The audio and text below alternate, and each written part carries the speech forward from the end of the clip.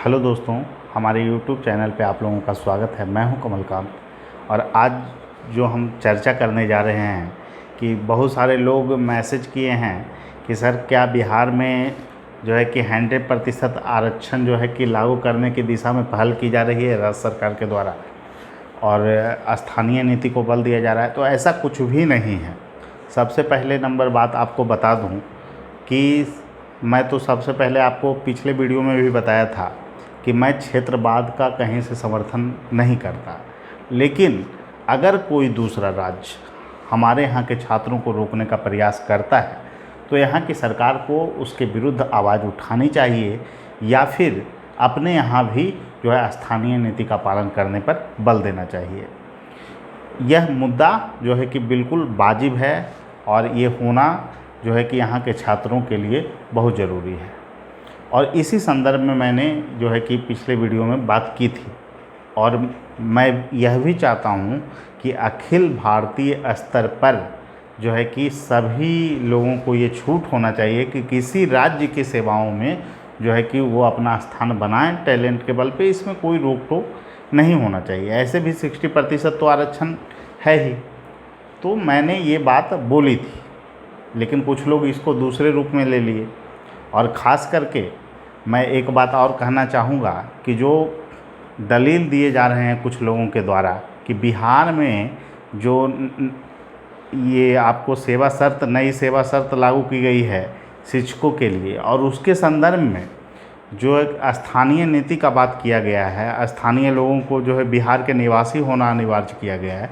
तो पहली नंबर बात एक जो है वो जान लें कि नियोजित शिक्षकों का जो संघर्ष चल रहा है उसका मुख्य मुद्दा ये है कि हमें राज्यकर्मी का दर्जा दिया जाए।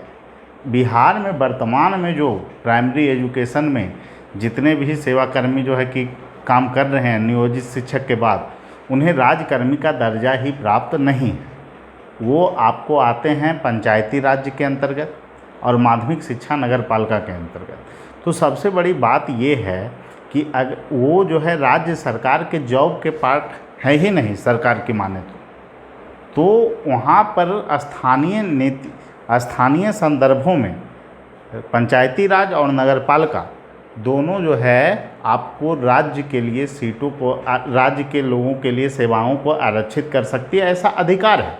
और इस कारण जो है कि वहाँ पे स्थानीय लोगों को ही रोजगार देने की बात की गई है।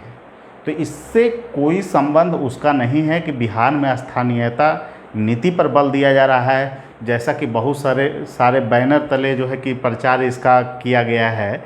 सरकार के द्वारा भी जानबूझकर प्रचार किया गया है। लोक लुभावन जो है कि चुनाव का दौर है तो ऐसे में छात्रों को आकर्षित करने के लिए, जबकि ऐसा कुछ भी नहीं है। और दूसरी नंबर बात ये बता दूं कि झारखंड में जो आपको किया गया सचिवालय सहायक में और अन्य वैकेंसियों में जो रोका गया है, और वो आपको झारखंड सरकार के टॉप मोस्ट जॉब में आते हैं।